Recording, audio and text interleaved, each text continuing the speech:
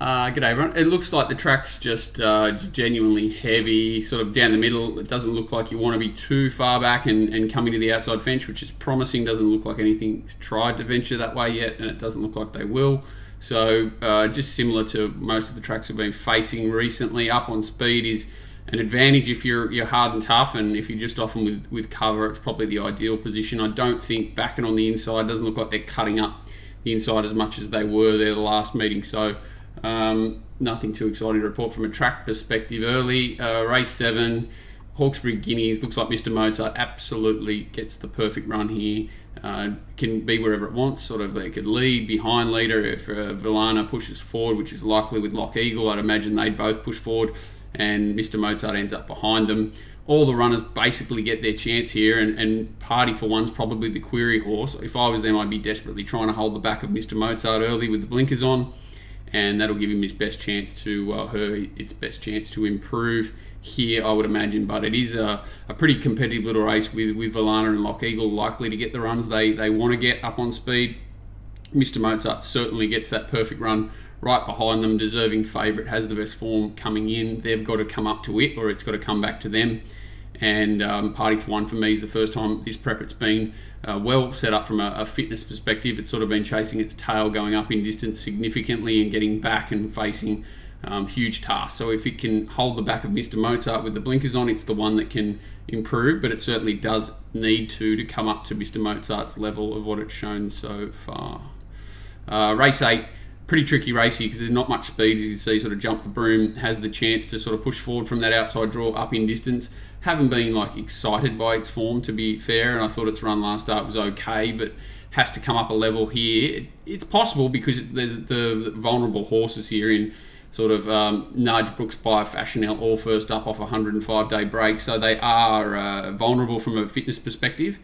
The horse that isn't vulnerable from a fitness perspective is Wonderbar. I thought it was just ridden too aggressively, put into the race too early there last time, and they just petered out in its run. I thought with just a different jockey here and a more conservative ride, I'm not saying being ridden well back, but sort of 5th, 6th, and then waiting to come to the outside and make one run is far better for Wonderbar's chances than trying to sort of make a run from 600 out and chase them early, which is not her go. The extra 100 metres is no problem, track conditions no problem, and obviously it's got a fitness edge on most of these horses, and I think it's a better horse than Jump the Broom, only giving it 2 kilos. So I'm going with Wonderbar here just as the most solid option in a pretty dicey little race. I think Brooks By is certainly short enough at $2.70 off a break, and a little bit of a tricky draw whether it heads forward and just sort of sits up on speed, which is likely, and has to work from there. It'll probably won't be too far away in the finish, but I think 270 short. Fashionel, if it holds the front, can certainly run a race. If it's ready to go and they want to sort of be aggressive out and hold the front, and it can certainly kick on without surprising at all. I'd say it's probably second pick from a value perspective to Wonderbar, who just has, as I said, the better setup here, and it's a pretty competitive race, so nothing. I'm always scared of Nudge, but don't think the setup's nice for it, and Never Talks, the other horse with fitness edge, but drawn horribly and likely to give them a big start. Hawkesbury Cup race 9 is nearly impossible. Everything about this race is nearly impossible. You've got a really ugly map, and you've got horses up front that are probably likely to be getting tired. You've got Arcado drawn in an interesting position. Where does it end up? I'm not really sure. It's the horse I'm likely to be against here. Just think it's very aggressively priced off what was a flashing light unlucky run, but I think it was pretty much flattered, and if it had won that race I would have been against it. I think it's basically priced like it did win that race, so I still want to be against it. I thought the front man's runs this time in were both certainly had enough merit in them to say that it can improve significantly here. Whether it needs a little bit of luck from that inside draw, it probably does. It's a shame that after scratchings it comes into 1, but not a race that's very hard to win, and certainly can improve off that. Imaging's the other horse that I thought could measure up to much better grade than this over the autumn. Just hasn't had things go its way. Complete forgive first up on a track that obviously it didn't handle, and it's gone back to the trials and going okay there. So it's a soft run. Watch Betting, a horse that can certainly improve, and Chris Waller's one that can turn them around mid-prep better than most. Who was the other horse I thought had a good chance? Was Kerwin's Lane. Again, another drawn a little bit awkward, and maybe just a run short. Sort of normally peaks third, fourth up, whereas it's it's third up here. Normally peaks fourth up, but jumps in distance here.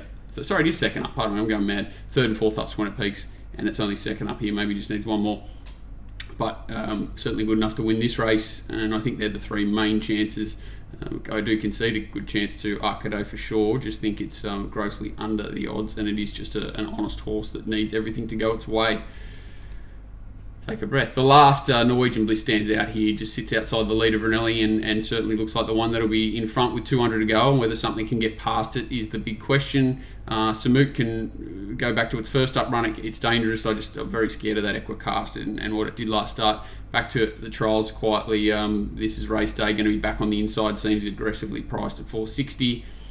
Norwegian Bliss by default simply looks the one to beat, and I'm scared of this horse Sabak. It's at first up for 218 days for Annabelle Neesham from the UK. Trials were certainly good enough to suggest that it's got good ability. Does it roll forward with Norwegian Bliss and try and find a spot just behind the lead, or will it go back today because it's first up and it's not ready to go? You'll probably know your fate early in the race there. I definitely think Norwegian Bliss ticks most boxes here. Outside leader, James McDonald on. Very strong type that will kick on. Thought it was a bit lucky to get away with it first up, but certainly better suited here, up to 1300, outside leader and controlling the tempo with a horse like Vernelli, who it should be able to pressure early and get the better of, I would imagine. So just very well placed Norwegian Bliss, and not a horse that, it's a one-paced horse. It's not easy to come into it at 250, but I've priced it pretty close to that, to be fair, just because it looks extremely well placed here, and I'm scared of Sabak first up.